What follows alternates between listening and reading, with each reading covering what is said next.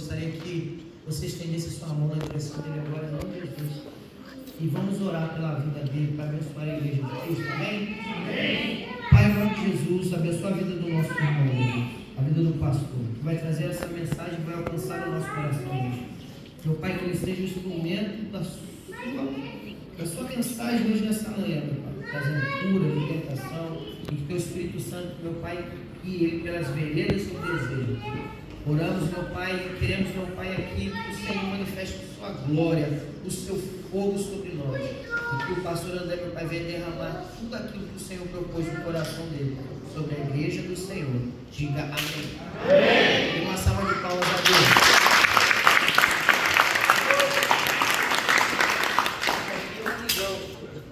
Graças a Deus. Shalom, queridos. Graça e paz. Amém?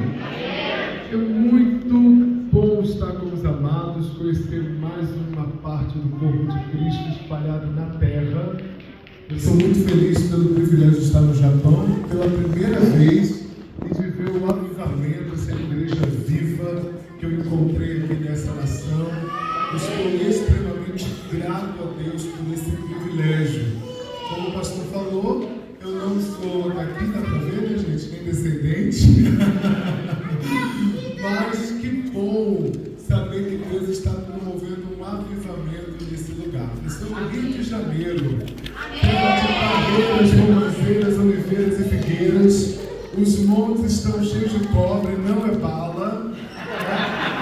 A terra mana leite e mel, é uma vitória. O Rio de Janeiro, quem mora no Rio de Janeiro, irmãos, é um acontecimento. O carioca não nasce, o carioca nasce. É um acontecimento. Então, que bom conhecer o carioca que também faz parte do Fluminense, né? Então, que bom. Amados, eu trouxe alguns dos meus livros. Eu tenho 4 livros escritos. Tenho 2 que estão aí no processo do forno, estão saindo. Prometo que trago eles aqui para vocês. Um se chama Males e Maldições e o outro se chama O Passado Resolvido Libera o Futuro Prometido. A cura interior das feridas de Jesus. Então, em breve, quem sabe ano que vem, quando eu regressar, se eu for aprovado aqui hoje, se eu regressar, eu trago esses novos para vocês. Mas os que eu já tenho, eu trouxe.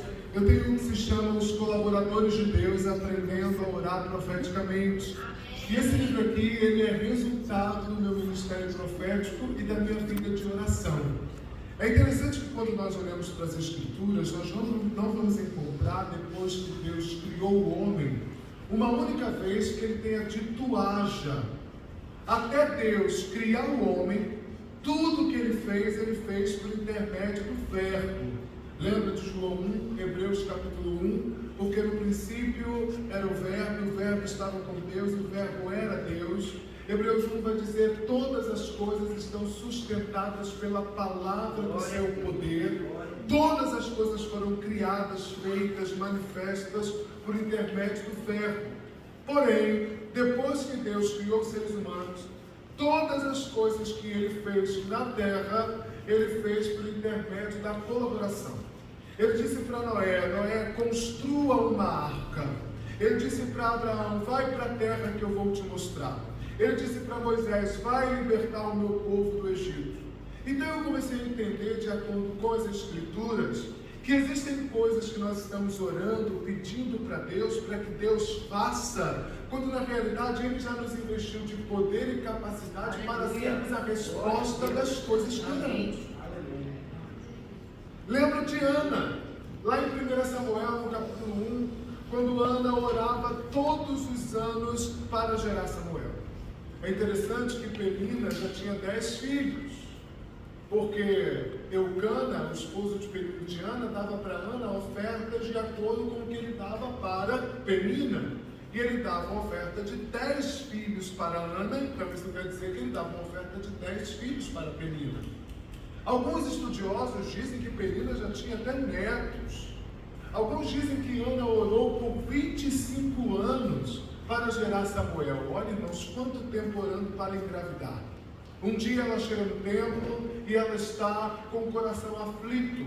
E o sacerdote vê Ana orando como se estivesse bêbada. Ela alcança um nível de intercessão tão fabuloso que o sacerdote confunde achando que ela está bêbada. Mas naquele dia ela faz uma oração impressionante, uma oração profética. Ela diz: se tu me deres um filho, eu te dou para que sirva no templo.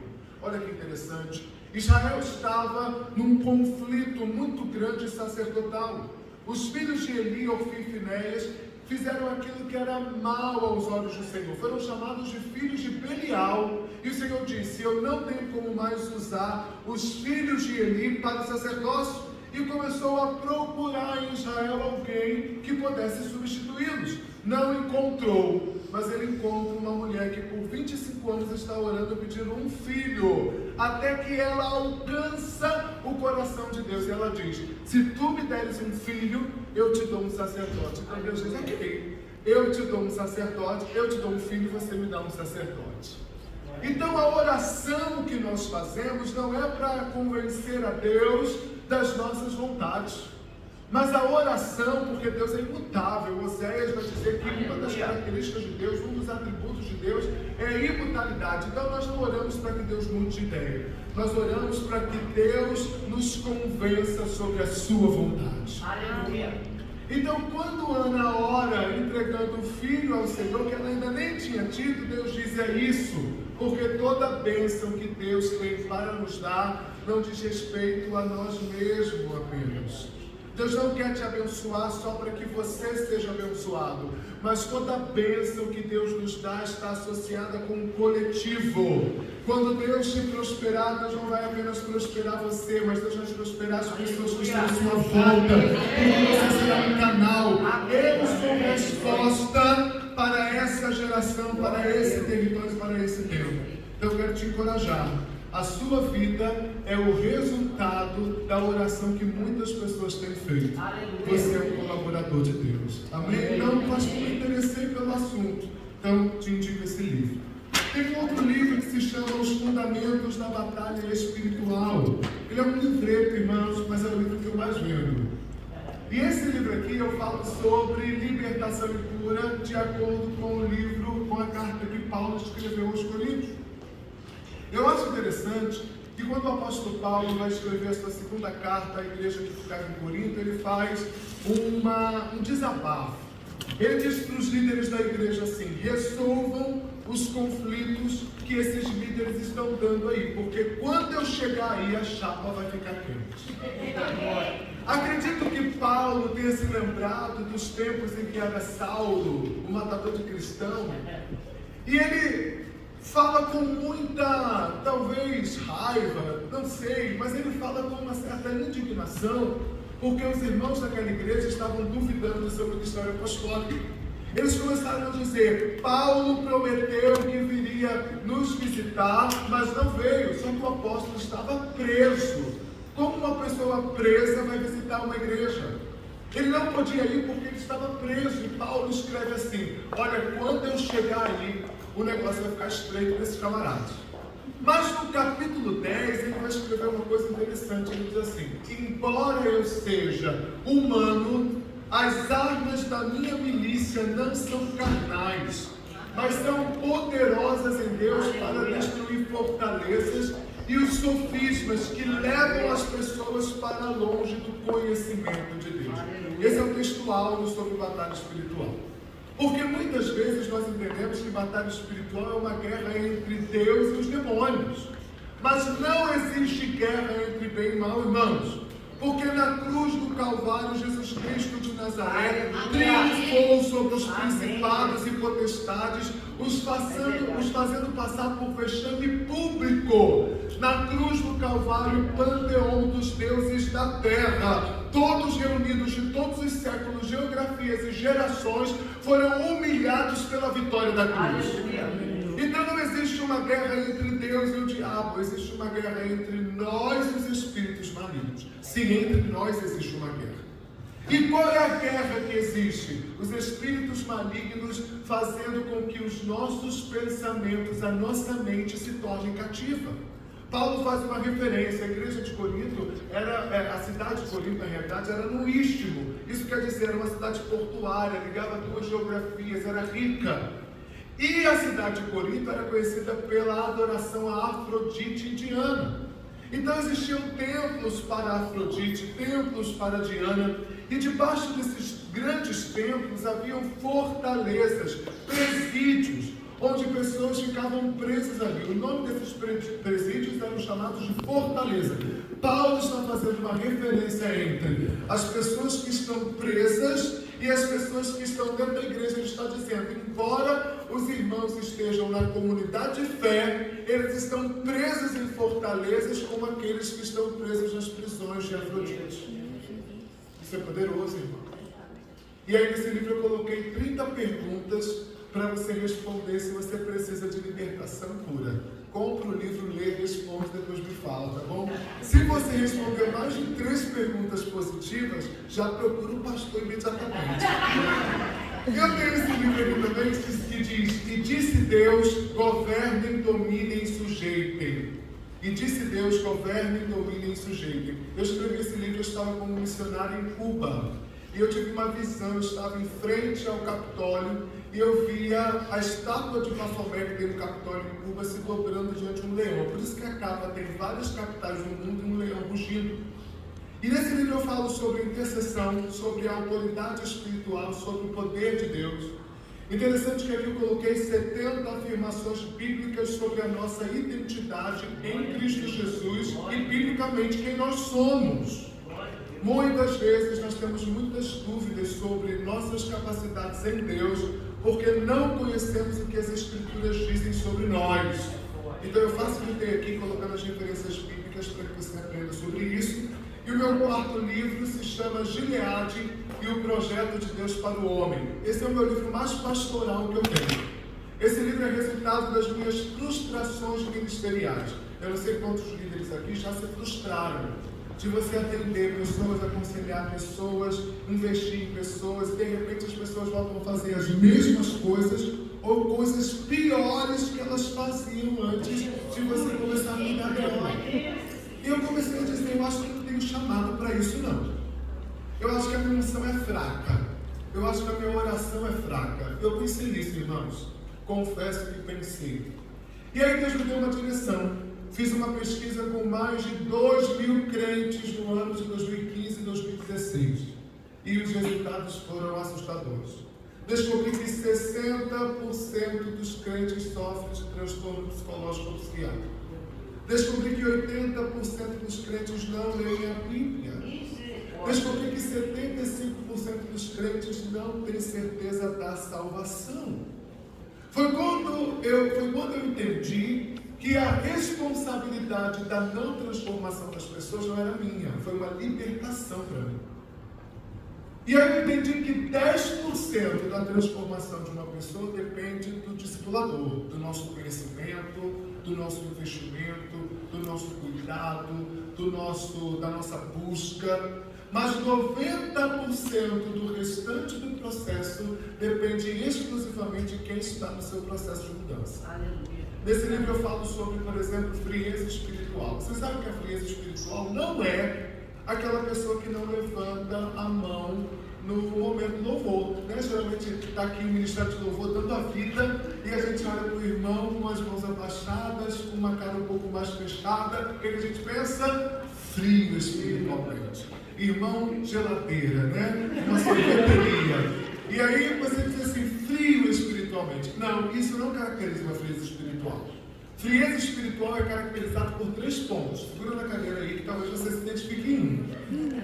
Mas frieza espiritual se caracteriza em 3 pontos. Primeiro, indolência. Segundo, passividade. E terceiro, procrastinação. Vou explicar os 3 rapidinho. O que é indolência?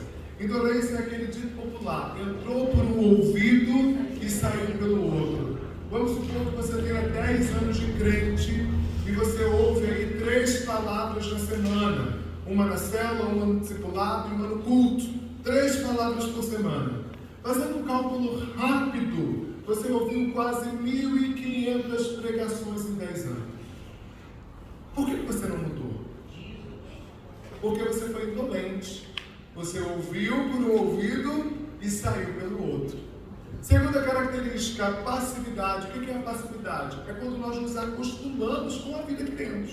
Nos acostumamos com um mau casamento, nos acostumamos com a vida sexual pobre, nos acostumamos com a vida financeira escassa, nos acostumamos com a rebeldia dos filhos, nos acostumamos com os dessabores da vida, nos acostumamos. E a passividade é isso. Ah, pastor, deixa do jeito que está, não quero mexer nisso não, que isso vai dar muito trabalho. Tem um cantor no Brasil que diz assim: deixa a vida me levar, vida leva eu. O que tem de crente vivendo essa música, pastor? Deixa a vida me levar, o caminho que der, eu chego lá. Mas não é bem assim. E terceira característica, a procrastinação. Amanhã eu faço, amanhã eu ligo, amanhã eu perdoo, amanhã eu resolvo, amanhã eu vou no médico, amanhã eu conserto, amanhã eu começo, amanhã eu ligo, amanhã eu oro. Amanhã eu lido com isso. E aí a procrastinação é, você nunca faz o que deve ser feito. Você sabe que nós somos a geração da procrastinação, infelizmente. E o que é um procrastinador? É um sonhador que não realiza nada. Pastor, eu vi que tem coisas aí que eu preciso tratar.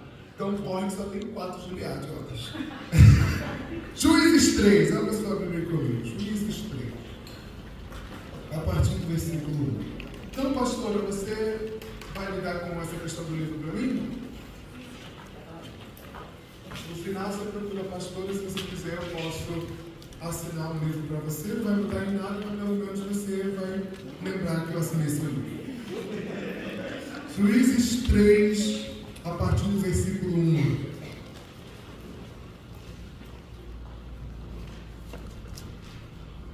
O Senhor vai falar conosco aqui nessa manhã, amém? Amém.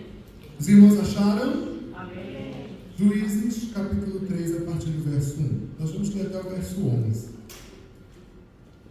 Eis, portanto, as nações que o Senhor permitiu ficar na terra, a fim de pôr nelas submeter Israel à prova. Todos os que não tinham passado por nenhuma das guerras de Canaã.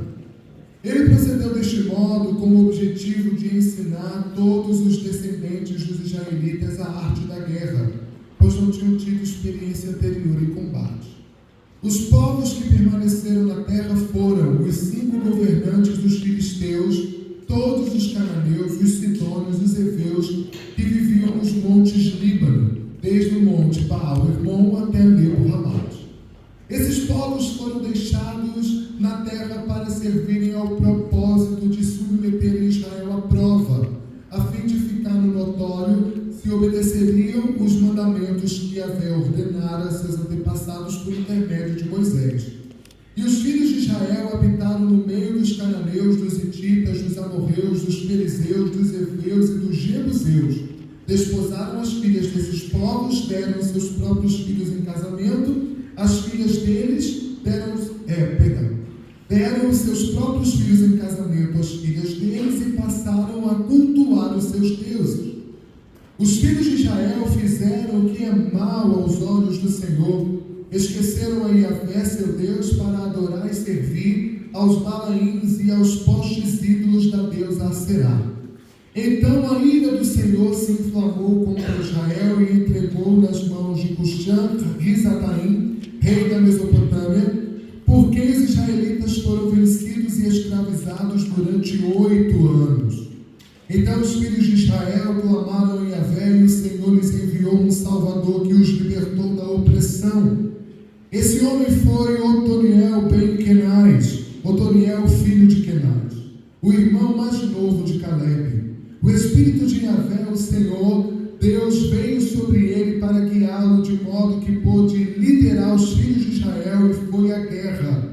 O Senhor entregou Cushan-Risataim, rei da Mesopotâmia, nas mãos de Otoniel, que os venceu e dominou seu povo. E a terra descansou e experimentou a paz por 40 anos, até a morte de Otoniel, filho de Kenaz. Até. Amados, esse texto me impressiona. Na realidade, o livro de Juízes me impressiona. Me impressiona porque o livro de Juízes ele fala sobre a queda e a restauração de Israel várias vezes consecutivas. Qual é o resumo desse povo, da história desse povo e o contexto do livro de Juízes? Israel havia habitado no Egito por 400 anos, creio que você conhece a história. Por 400 anos Israel viveu oprimido pela opressão, pela escravidão do faraó, que temeu a multiplicação e o crescimento deste povo. Lembro uma vez, estava em São Francisco, ali na Califórnia, estava no aeroporto fazendo uma ponte aérea, e aí eu vi uma família de judeus com 11 filhos, um filho neném no braço da esposa, e todos estavam em escadinhas andando um atrás do outro no aeroporto, e eu disse assim, eu pensei em uma rema, foi por causa disso que Faraó temeu. Porque pensa cada família tendo 11, 12, 18 filhos que nem vovó e vovô tiveram. Esse povo se multiplicando, crescendo, evoluindo, avançando na plantação, na agricultura, esse povo expandindo. De repente o faraó olha e diz, esse povo vai me dar trabalho, então é melhor escravizá-los. Então, por causa do crescimento, da multiplicação, da expansão, da projeção de avanço, de melhora, a primeira coisa que o nosso inimigo, o nosso dominador faz é tentar tirar de nós qualquer tipo de expectativa ou projeção de esperança. Quero dizer a vocês, irmãos, que nós continuamos nas mesmas batalhas que o povo de Israel enfrentou. Todas as vezes que nós projetamos crescimento, multiplicação e esperança, a estratégia do maligno é nos aprisionar em alguma área da nossa vida. Esse povo é levado para o Egito porque José prospera lá. Esse povo vai para o Egito, começa a crescer e por causa do seu crescimento são escravizados. 400 anos se passam, um dia Deus ouve a oração desse povo. Moisés já tinha saído do Egito há 40 anos vivendo, pastoreando os rebanhos do seu sogro, casado com um filho, achando que estava aposentado. Deus ouve a oração do povo que estava no Egito e diz, Moisés, há um povo que precisa ser livre, o seu povo que está no Egito precisa ser livre. E Moisés, no auge da aposentadoria, pastor, curtindo tudo que ele havia construído, é chamado por Deus para ir libertar esse povo. Interessante que ele tinha 80 anos, irmãos. Às vezes nós já estamos velhos para algumas coisas, né? Mas eu quero lembrar você que velho é o diabo. Aí no Gênesis era serpente, no Apocalipse era dragão. Então velho é o diabo, né? Nós, enquanto temos vida, há esperança para nós e Deus tem projetos para nós. Não importa quanto tempo tenha passado e o quanto você acha que a sua juventude já se esvaiu. Quero lembrar para você que em Gênesis 18 um anjo chegou para Abraão que tinha 100 anos de idade, e quando o anjo chegou, a primeira coisa que Abraão fez foi saltar depressa, e o primeiro milagre já aconteceu. Um velho de 100 anos saltar depressa. Então não fique descrente do que Deus tem para fazer na sua vida, porque quando tem uma promessa de Deus para nós, não importa a nossa idade, importa a nossa disposição no coração de obedecer. Então Moisés tinha 80 anos e Deus diz, o teu povo, o meu povo está sofrendo a opressão de Faraó e o meu desejo é libertá-los. O meu desejo é tirá-los da opressão. É maravilhoso saber que a graça de Deus é uma graça de oportunidade e segunda chance. Eu estou aqui para denunciar uma mentira do diabo que diz para nós que o tempo acabou, que não há mais jeito, que não há esperança, que não há um meio de recomeçarmos. Porque é mentira. A primeira restauração marcante da história de Israel aconteceu 400 anos depois de um longo período de opressão. O povo é liberto, você conhece a história, saem do Egito em Páscoa, passam pelo deserto e agora esse povo está chegando em Canaã. Esse povo está cruzando um deserto que durou 40 anos. Boa parte dos guerreiros que haviam experimentado as guerras, tanto para sair do Egito, Quantas guerras que enfrentaram, por exemplo, com os amalequitas, que foi o primeiro povo que guerreou com eles no deserto, haviam morrido por vários fatores. Porque foram rebeldes, porque foram incrédulos, porque foram descrentes, porque foram desobedientes. Todos foram exterminados, e agora está quem? Está os descendentes. Estão agora aqueles que nasceram no meio do deserto. Estão aqueles que saíram bebê da terra do Egito. Estão os filhos dos guerreiros. Ficaram apenas aqueles que nasceram comendo do maná. E quando esse povo chega em Canaã, nós lemos aqui lá no versículo 1 de Gênesis 3, Deus diz assim: eu preciso dar uma experiência para esse povo, para que eles saibam a arte da guerra. É interessante pensar que Deus não quis poupar esses irmãos, Deus não quis poupar esses hebreus, Deus não quis poupar esse povo, porque Deus sabia que o que ia transformá-los era justamente experiências que viveriam. Muitas vezes nós estamos dizendo: Deus, me livra de tal situação, me poupa de tal situação. Senhor, não deixa que isso aconteça, quando na realidade são as experiências, as situações conflituosas, as situações tempestuosas, as situações calamitosas que enfrentamos, que nos fazem transformar a nossa essência, a nossa personalidade, o nosso comportamento, e nos fazem ser aquilo que Deus nos criou para ser. Esse povo, quando sai do Egito, eles saem do Egito escravos. E Deus queria transformar os estigmas malignos que eles carregavam. Amados, todos nós aqui temos uma história passada. Todo mundo aqui é ex alguma coisa. Alguns aqui estão brincando, né? Mas um é ex-mentiroso, ex-fofoqueiro, ex-invejoso, ex-mal pagador. Todo mundo tem um ex na vida. Ex-obstinado, ex-preguiçoso. Qual é seu ex? Todo mundo tem uma história. E de repente, quando nós nos vemos transicionando para algo novo, quando nós nos vemos indo para uma nova realidade de vida, o que o diabo faz? O diabo diz para nós assim: você nunca vai deixar de ser aquilo que você foi. Você nunca vai deixar de ter essa marca na sua vida.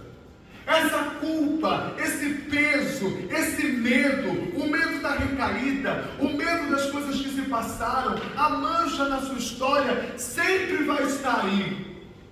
E Deus, por amor do seu povo, diz: eu quero apagar o estigma maligno que havia na vida do meu povo, e eu quero fazê-los ter o sentimento de posse, de pertencimento na terra que eu estou os permitindo entrar. Então a primeira coisa que Deus faz é: vou deixar na terra da promessa inimigos para resisti-los, para que eles troquem o estigma, o papel, a figura, a identidade que eles carregam. Antes eles eram escravos e descendentes de escravos, mas agora, quando eles enfrentarem os inimigos que eu mesmo deixei na terra da promessa, eles terão agora a identidade de guerreiros. Você sabe que as lutas que Deus está permitindo você passar não é para matar você, mas é para mudar a sua identidade. Porque a gente fica pensando, né? Que Deus contraditório é esse?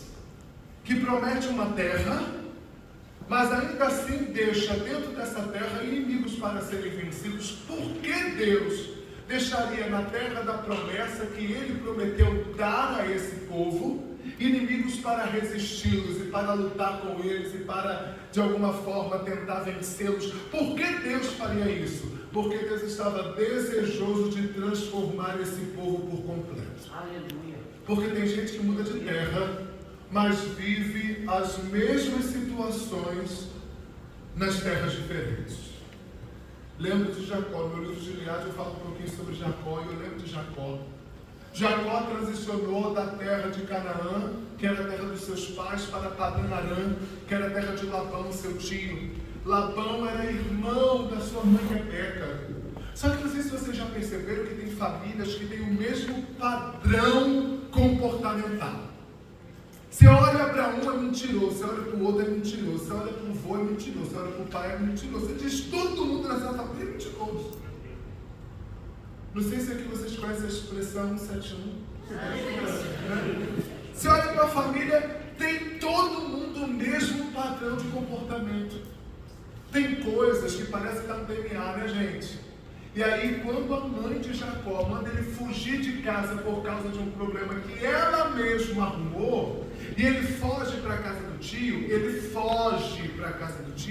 quando ele chega na casa do tio, o que ele encontra? Alguém idêntico à mãe. E ele passa pelas situações aflitivas que ele fez o seu irmão e o seu pai passar. Por isso que eu digo, para todo Jacó tem um Labão. No caminho de todo mentiroso, ele vai encontrar na vida dele alguém que minta mais. No caminho de todo enganador, ele vai encontrar no caminho dele alguém que engane mais. Na vida de todo enrolador, no caminho dele, ele vai encontrar alguém que enrole mais. Porque Deus usa alguns acontecimentos na nossa vida para que o nosso coração seja pastoreado. Deus usa as aflições que nós encontramos ao longo do caminho para que nós sejamos transformados. Jacó passa 20 anos nesse dilema com Labão e no final ele cansa. Eu não sei quantos irmãos aqui já cansaram de algumas coisas que viveram na sua vida. Eu já cansei várias vezes de muitas coisas. Qual é a nossa tendência quando a gente cansa, irmãos? Nós queremos desistir, queremos fugir, queremos sumir.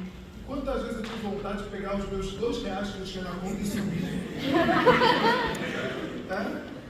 Quantas vezes, de repente eu caí em si, dizendo, eu não tenho nem para onde fugir. Isso é interessante porque quando Jacó foge, Deus diz assim, se esse camarada fugir, ele vai repetir a história. Porque tem gente que muda de nação, tem gente que muda de cidade, tem gente que muda de tudo. Tem gente até mudou de família. E quando ele chega no novo ciclo da vida que ele tanto buscou viver, ele percebe que as histórias vão se repetindo, porque quem foge, repete. E aí Deus, por amar Jacó estava há 3 dias de fuga, ele dá um sonho para Labão, e Labão com um dia alcança Jacó que estava fugindo há 3 dias. Por nos amar, irmãos, Deus dá até velocidade para os nossos inimigos. Você diz assim, meu Deus, parece que tudo está me resistindo. É Deus te abençoando, Márcio. Deus está te abençoando, não deixando que você chegue em outro lugar, para que você não repita por mais 20 anos uma história que Deus está dizendo, chegou a hora de dar um fim nisso. Chegou a hora de pôr um ponto final nessa história. Aleluia. Chegou a hora de resolver essa complexidade, porque eu quero te aprovar. Eu quero que você seja aprovado nisso. Chegou a hora de enfrentar isso com verdadeira ousadia. Aleluia. E aí quando Labão encontra Jacó, o propósito de Labão é fazer Jacó ser homem. Inclusive, no sonho, Deus diz para Labão, não mata. Não faz mal a ele. Só ensina ele a ser homem, estou conjecturando. Mas essa é a proposta. Precisamos aprender a lidar com os conflitos.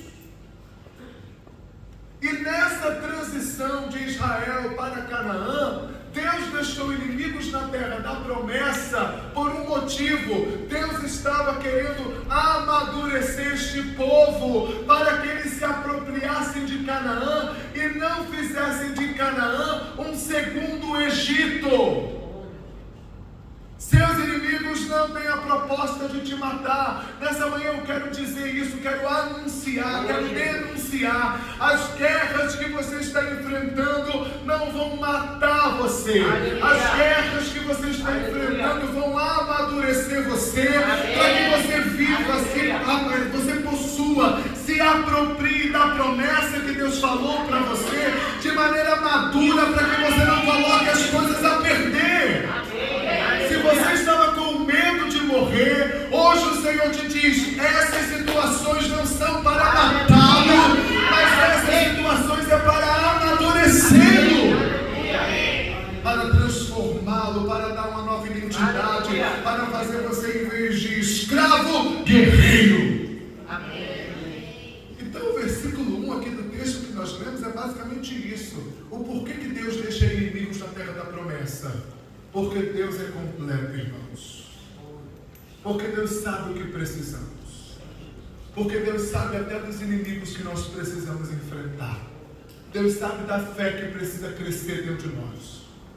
Deus sabe o que nós precisamos esticar. Eu nunca vi um crente orar tanto quando está enfrentando situações difíceis.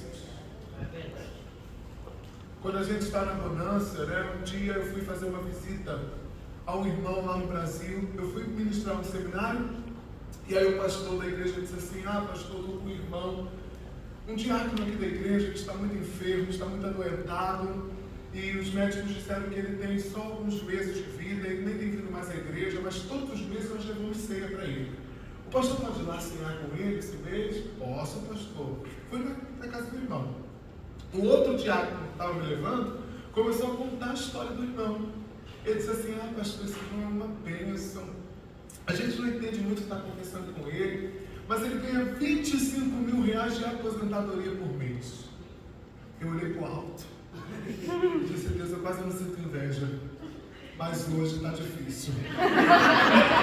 Se o senhor me desse 25 mil reais de aposentadoria por mês, eu ia viver fazendo uma obra. Na hora o Espírito Santo falou comigo: mentiroso.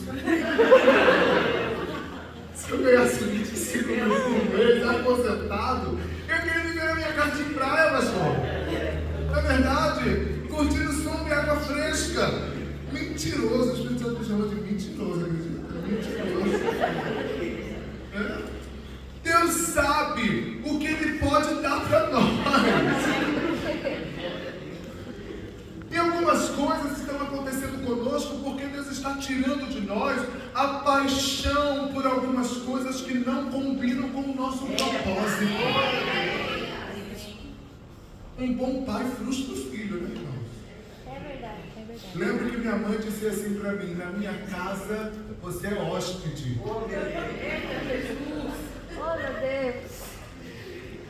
Para você receber alguém em casa, você tem que me avisar. Eu sempre fui muito hospitaleiro, né, gente? Sempre gostei muito de gente. A minha mãe ficava brava, porque eu não tinha hora, não tinha dia, não tinha momento, queria fazer o que eu queria. Ela dizia: não, na minha casa você é hóspede. Então, desde muito novo, eu tive muita vontade de ter a minha casa. Graças a Deus por mamãe. Graças a Deus por mamãe. Porque coisa terrível é você ver homens de 30, 35, 40 anos que não têm a coragem de assumir os riscos de ter o seu próprio espaço. E às vezes nós achamos que Deus é um mau pai porque Ele não faz aquilo que nós queremos naquele momento. Mas na realidade Deus está nos frustrando o tempo todo para que nós alcancemos a estrutura para que vivamos as palavras de vitória que Ele um dia nos entregou. Então os inimigos da terra da sua promessa são a prova do amor leal de Deus. Se você está enfrentando dificuldades, isso merece um glória a Deus. Isso merece um brado de vitória. Por um motivo, irmãos, porque Deus está nos transformando. E quando nós olhamos para o resto do texto, o versículo 2 diz: Ele procedeu deste modo com o objetivo de ensinar todos os descendentes dos israelitas a arte da guerra, pois não tinham experiência anterior no combate. O objetivo aqui ficou bem específico. Ficou óbvio o desejo de Deus. A sua proposta era fazer com que esse povo aprendesse a lição. Então esses inimigos não era para destruição, mas era para ensinar uma tarefa. E quando nós continuamos olhando para o texto, nós encontramos o texto dizendo o nome dos povos que ficaram. Olha que interessante. Ficaram os 5 governantes filisteus, ficaram todos os cananeus, ficaram os sidônios, ficaram os heveus, todos esses povos ficaram ali em Canaã. Sabe por que ele faz questão de dizer o nome dos povos? Porque cada um combatia de uma forma diferente. Vou dizer características simples, só para você entender o nível do desespero do povo hebreu que estava entrando em Canaã. Os filisteus tinham o costume de, na guerra, matar da seguinte forma: eles pegavam as mulheres grávidas, enfiavam as espadas na barriga dessas mulheres para matar tanto as mulheres quanto os bebês que estavam sendo gerados ali. Os cananeus tinham uma característica: eles cortavam também as mãos, os pés e os órgãos genitais. Aprenderam isso com os amalequitas. E deixavam os soldados sangrando ao longo do caminho para que todos os povos tivessem a notícia de que eles haviam passado por ali e não quisessem lutar com eles. Então imagine que esse povo está entrando num lugar que Deus disse que era deles, e logo eles lidam com povos cruéis. E eles dizem assim: Deus esqueceu de nós. Deus não nos ama, porque para ter deixado filisteus, cananeus, heveus na terra que Ele disse que é nossa, Deus nos abandonou. Nem sempre o nível da dificuldade que nós estamos enfrentando está revelando se Deus está nos aprovando ou não, irmãos. Eu costumo ensinar que na batalha espiritual as coisas primeiro dão errado para depois darem certo. O profeta Ezequiel é levado ao vale de ossos que estava sequíssimo. E chegando lá, quando ele profetiza, a primeira coisa que o texto diz que acontece é que há um reboliço no vale. Nós nos assustaríamos. Eu estou aqui profetizando. Vento dos quatro cantos sopra sobre esses ossos. Qual é a minha expectativa? Que os ossos se tornem carne e levante-se. Mas não, o texto diz: houve um reboliço. Todo sinal de vida de Deus na história de uma pessoa antes promove um reboliço. Vou repetir. Todo sinal de vida de Deus, um movimento de Deus trazendo o seu movimento para a história dessa pessoa, a primeira coisa que acontece é um reboliço. Não tenha medo de reboliços, não tenha medo de pessoas que estão sendo retiradas ou colocadas na sua vida.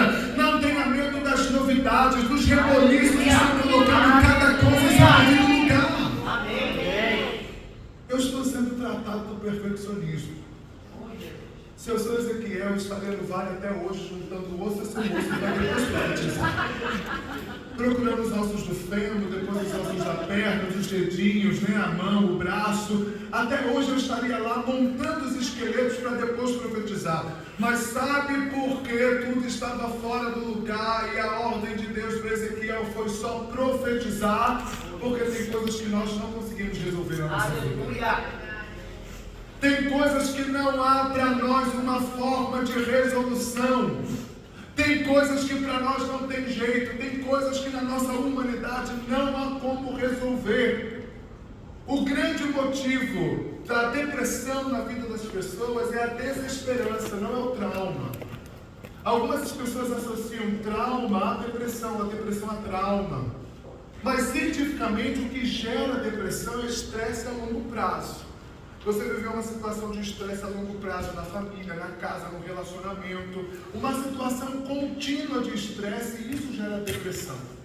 Mas a depressão ela começa primeiro em um lugar chamado desesperança.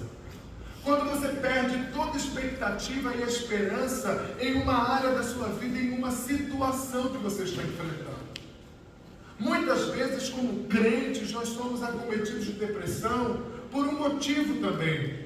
Porque nós estamos tão desesperançosos numa situação que nem com a fé conseguimos fazer uma intervenção, que nós chutamos o balde de uma maneira tão terrível, porque com esses anos de atendimento e estudos eu percebi que os crentes, quando sofrem de depressão, ficam muito pior do que quem não é crente.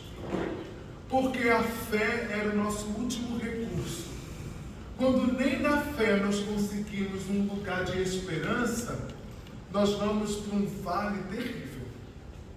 O que eu quero dizer aqui, irmãos, existem coisas que quando nós não temos um jeito, não temos uma saída, não podemos arquitetar ou projetar ou arrumar com as nossas mãos, precisamos nos lembrar que o comando de Deus para Ezequiel não foi arrume a bagunça. Tem gente querendo arrumar bagunça. Tem gente querendo fazer do seu jeito. Tem gente querendo resolver situações impossíveis. situações que não têm como ser resolvidas humanamente da sua forma. E o comando de Deus para Ezequiel foi: profetiza. Aqui nesse texto, ele está dizendo claramente o nome dos povos para que nós soubéssemos o quão seria dificultoso o trabalho de Israel em Canaã. A guerra não seria fácil. Mas você fica com a realidade ou a palavra que Deus liberou para você? Você fica com os gigantes que estão à sua frente ou com a palavra que Deus disse a seu respeito? Aqui é decisão. E ao longo do texto nós vamos continuar percebendo que Israel, por tentar arrumar a bagunça da sua forma, em vez deles fazerem guerra com os povos que Deus deixou para ensiná-los na arte da batalha, guerreando com eles, para tentar amenizar o efeito daquilo que eles estavam enfrentando de desafio, em vez de fazerem daqueles povos inimigos, eles fizeram daquele povo amigos. Deus está nos chamando a atenção hoje, nos advertindo que existem muitas coisas que Ele deixou no nosso caminho para que nós arranjássemos encrenca com essas coisas, para que nós fizéssemos inimizade com essas coisas, para que nós usássemos essas coisas como um mecanismo de amadurecimento e crescimento. Mas quando Israel percebeu a dificuldade, em vez de enfrentar a dificuldade, se amigou com a dificuldade. O texto diz: deram suas filhas em casamento, casaram os homens dessas tribos com as mulheres do seu povo, fizeram aliança com esse povo, e por causa disso, um povo que tinha sido livre de 400 anos de opressão, se tornou escravo por mais 8 anos. Tem uma palavra de sabedoria aqui.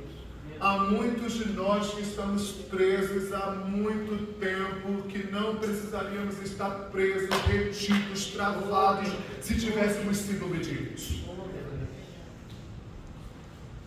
Há muita coisa na nossa vida que não desatou, que não rompeu, que não está desatando, que não está rompendo, porque nós não seguimos as diretrizes que Deus trouxe. Esse povo estava liberado para entrar em Canaã, fazer guerra com esse povo, ou com esses povos, triunfar sobre eles. E outra coisa, Israel não estava acostumado com a agricultura, pastor. Israel era um povo que no Egito comia cebola, no deserto não plantava, porque o maná caía do céu. Em Josué capítulo 5, quando o povo entra na terra, é a primeira vez que eles comem da colheita, o maná para de cair, aí que eles vão começar a plantar. Sabe o que Deus estava dizendo também para Israel? Quando vocês vencerem esses povos que eu deixei em Canaã, eles serão vossos servos. Deus havia deixado na terra de Canaã inimigos que, quando vencidos, se tornariam escravos de Israel. Pense comigo. Israel estava preso no Egito por 400 anos, e quando eles estão saindo do Egito, sabe a primeira coisa que acontece? Os egípcios vêm e entregam na mão dos israelitas ouro, prata, riquezas, animais, tecidos, joias. Eles saem do Egito livres e ricos. Passam por todo o deserto, chegam em Canaã com todas essas riquezas, estão prontos para possuir uma terra inteira, e Deus diz: a restituição será completa. Além de dar uma terra para vocês, estou deixando para vocês dentro dela um povo que servirá a vocês, ensinará vocês sobre a agricultura. Esse povo servirá a vocês e fará vocês crescerem, servirão vocês em todas as demandas. Deus está dizendo: estou os deixando ali para que eles sejam vencidos e se tornem os escravos de vocês. Mas por causa da desobediência, o povo que tinha ficado lá para servir se tornou senhor dos hebreus. Se tornou senhor dos hebreus, porque se casaram com eles, deram suas filhas em casamento, fizeram alianças com esses povos, e foi uma coisa terrível. E por 8 anos, Cusã e Zartaim se tornou o opressor de Israel, por causa da maneira que esse povo se comportou diante daquilo que Deus havia falado. Mas esse povo se arrependeu, e aqui está a grande questão do livro de Juízes. Tudo isso aqui foi uma introdução, ok, irmãos? Agora começa a pregar. Aqui está a grande revelação do livro de Juízes. O livro de Juízes fala de 7 vezes que Israel caiu e 7 vezes que Deus os levantou. Fala sobre a vida de restauração que esse povo vivia logo após os seus arrependimentos. Depois de Otoniel, nós vamos ver a história de Eude, vai vir também a história de Débora, vai vir a história de Jael, vai vir a história de Sansão. Todos esses homens foram juízes que foram respostas de Deus para o arrependimento do povo. Não existe homem quebrado que arrependido Deus não seja capaz de restaurar. Vou repetir porque isso é importante para entrar no seu coração. Não existe homem quebrado que arrependido Deus não seja capaz de restaurar. Não existe família quebrada que arrependidos Deus não seja capaz de restaurar. Não existe projetos, vida quebrada que Deus não seja capaz de restaurar. Deus está nos alertando nessa manhã. Se você voltar o coração para Ele, Ele é capaz de restaurar todas as áreas quebradas da sua vida. Então Israel é marcado no livro de Juízes pelas quedas e recomeços. Quedas e recomeços. Não importa quantas vezes você cai, o importante é quantas vezes você se arrepende. Deus sempre estará com as mãos, com os braços estendidos, disposto a colocá-lo de pé e fazê-lo recomeçar. O ano da igreja é ano do recomeço. E Deus está dizendo para nós, recomeçar sempre custa mais. Restaurar sempre custa mais. Mas se você deixar com que eu te ajude nesse processo, você verá a minha glória. Porque a glória da segunda casa, lembra disso em Ageu capítulo 2, versículo 9, é maior do que a da primeira. E eu entro nisso. Quando Ageu estava profetizando, ele estava num tempo similar a Salmos 126. Quando o Senhor nos trouxe de volta do cativeiro, estávamos como quem sonha. Então a nossa boca se encheu de riso, o nosso lado de júbilo. Então se diziam entre as nações, grandes coisas fez o Senhor a eles, por isso estamos alegres. Mas você sabe que apenas 10% do povo que estava em Babilônia quis regressar para Israel. Israel estava desolada, sem habitante, por 70 anos. Eu quero que você imagine o povo chegando em Israel, as casas não existiam mais, o mato estava cobrindo todas as casas. Tudo estava desolado, a vida destruída, Israel destruído, e o povo fez de Babilônia sua casa. Em Babilônia tinha saneamento básico, tinha casa, tinha tudo. Política estabelecida, educação para os filhos, tudo estava muito bom em Babilônia. Mesmo que o culto fosse a postes ídolos, a ídolos pagãos, a Aserá, a Ashterote, mesmo que espiritualmente a estrutura de Babilônia fosse prostituta, o povo decidiu ficar lá por causa do seu conforto. Quando os que regressam para a Babilônia voltam, era só 10% daqueles que estavam cativos. Porque recomeçar, irmãos, sempre vai ser muito difícil e não é para todos. Recomeços é só para quem quer dobrar as mangas e colocar a mão na massa e ter trabalho. Para recomeçar na sua família, terá trabalho. Para recomeçar na sua vida espiritual, haverá trabalho. Para recomeçar na sua vida financeira, haverá trabalho. Para recomeçar na sua vida relacional, haverá trabalho. Para que você se estruture naquilo que Deus tem para você, haverá trabalho. Mas quando o povo se arrepende e aceita o desafio de recomeçar, Deus envia uma resposta para esse povo. É interessante como os sinais percorrem, perseguem, vão atrás de quem se arrepende. É maravilhoso ver a bênção de Deus correndo atrás de quem se quebranta. É maravilhoso entender que todas as vezes que o nosso coração está diante do Senhor, Ele diz: toma aqui uma resposta que eu estou dando a você, a bênção do recomeço. E qual é a bênção que Deus dá para o povo? Um homem chamado Otoniel. Otoniel é chamado de libertador de Israel. Otoniel é levantado agora como um dos primeiros libertadores do povo que estava em grande opressão por causa da sua desobediência. O texto vai dizer que ele é parente de Caleb. Quem foi Caleb? Caleb foi aquele que junto com Josué foi espiar a terra, lembra disso? E é interessante que aqui nós vemos mais uma vez a palavra que foi liberada para Josué e Caleb se cumprindo. 12 espias foram espiar a terra, 10 espias foram reprovados porque foram incrédulos. Eu costumo dizer que eu estaria no time de Josué e Caleb, porque imagina, 12 homens foram espiar a terra, 10 homens olham para a terra e veem aqueles homens grandes, cruéis, bárbaros, brutos. Alguns dizem, até sugerem, que eles eram canibais, comiam carne humana também.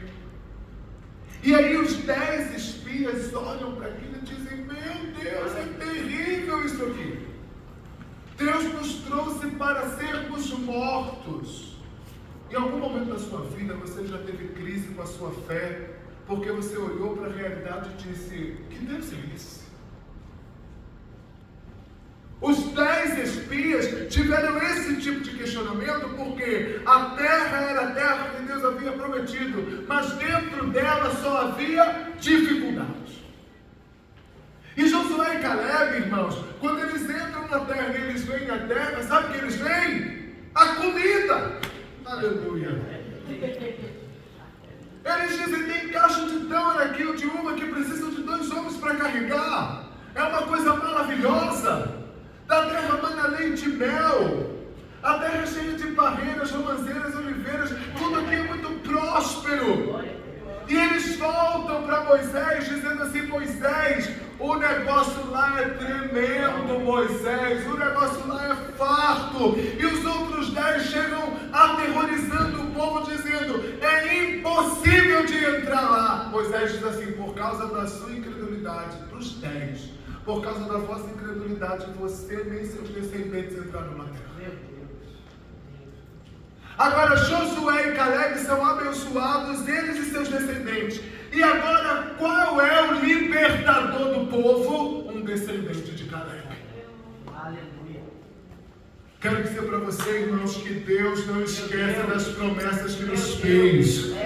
E ainda que eu não esteja vivo, meus filhos viverão nas promessas que Deus me fez. E meus filhos, e meus netos, e meus bisnetos.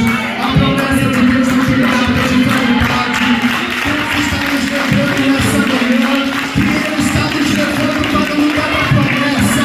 E não importa os desafios que nós estejamos vivendo, um grande reboliço está acontecendo, porque Ele está dizendo: esse é o tempo, essa é a hora. Esse é o tempo e essa é a hora. E Deus levanta Otoniel. E aí é o interessante. Glória a Deus. Otoniel recebe do espírito de força de Yahvé. E olha que eu já vi na Bíblia gente recebendo espírito de força e criando grandes reboliços e força extraordinária e fazendo coisas magníficas. Mas com um arado, com um jugo de boi, com um arado de terra. Algumas histórias sobre Otoniel diz que ele mata vários homens, 70 homens de uma vez só, girando o arado de boi.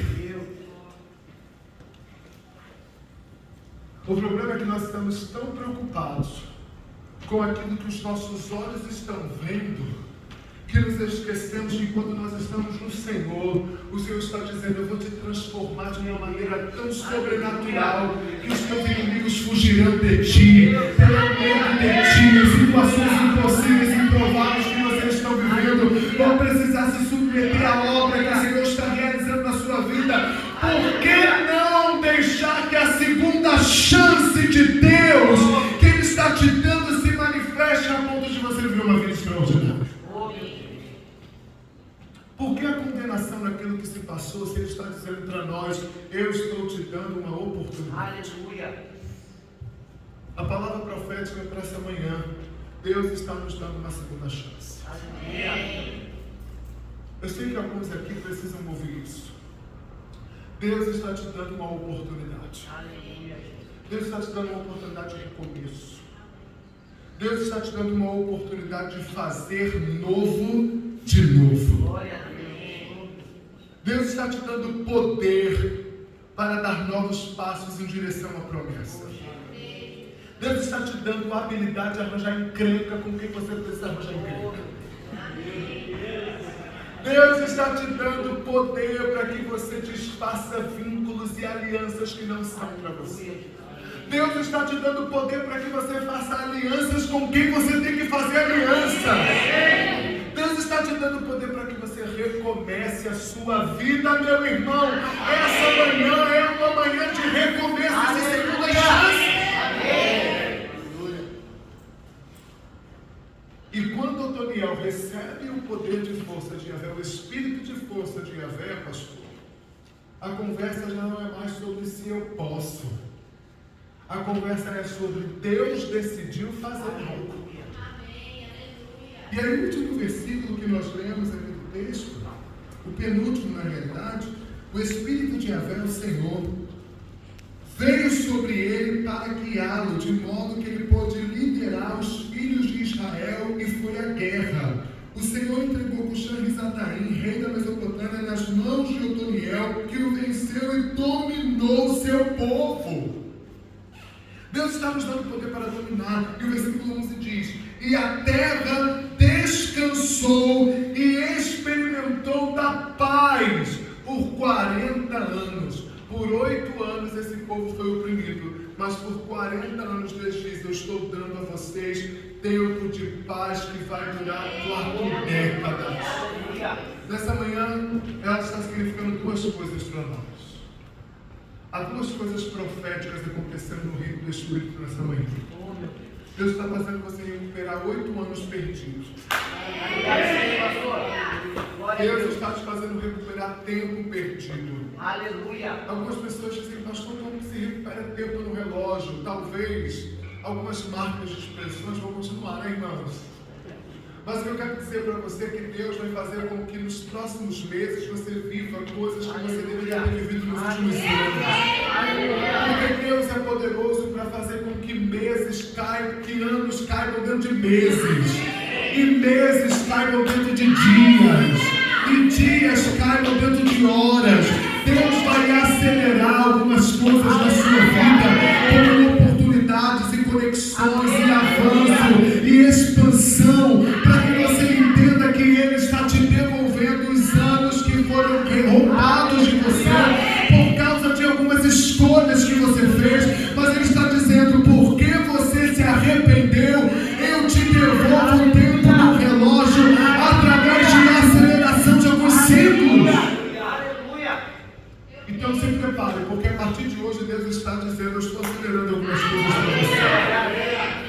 E depois disso o Senhor diz: eu também estou estendendo um tempo de paz. E 40 anos significa uma geração.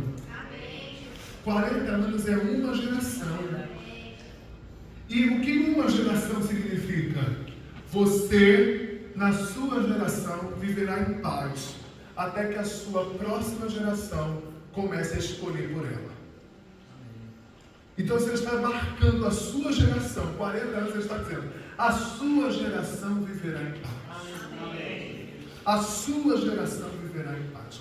Você viverá em paz. Você terá shalom. Tempo restituído e paz abundante. E com essa palavra, irmãos, vontade de fazer vigília, ficar até a noite. Mas com essa palavra, eu sei que tem irmãos que já estão dizendo: pastor, eu quero almoçar. Mas com essa palavra, eu quero profetizar, eu quero orar. Com essa palavra, eu quero selar isso, para que você saia daqui não andando, a voando. Isaías 40 diz: eu te dou pés fortes, pernas fortes, pés que andam e não se cansam, que caminham e não se fatigam. E haverão territórios que você não vai conseguir pisar, então por causa disso Ele vai te dar asas como de águia, para que você voe por esses territórios. Talvez a gente ore para algumas coisas que a gente já viveu, e a gente diga assim, pastor, são tantos dilemas na minha vida, são tantos enfrentamentos, o que será de mim agora? Eu não sei dizer o que será de você, mas eu sei dizer o que os céus estão falando sobre você.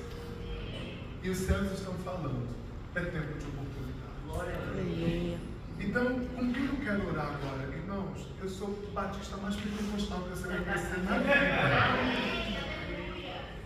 Com quem eu quero orar agora? Eu quero orar com quem entende que está recebendo de Deus hoje uma segunda chance em alguma área da sua vida. Com quem entende, Deus está me dando uma segunda chance. Deus está me dando uma oportunidade. Eu já estou aqui, se você quer orar comigo.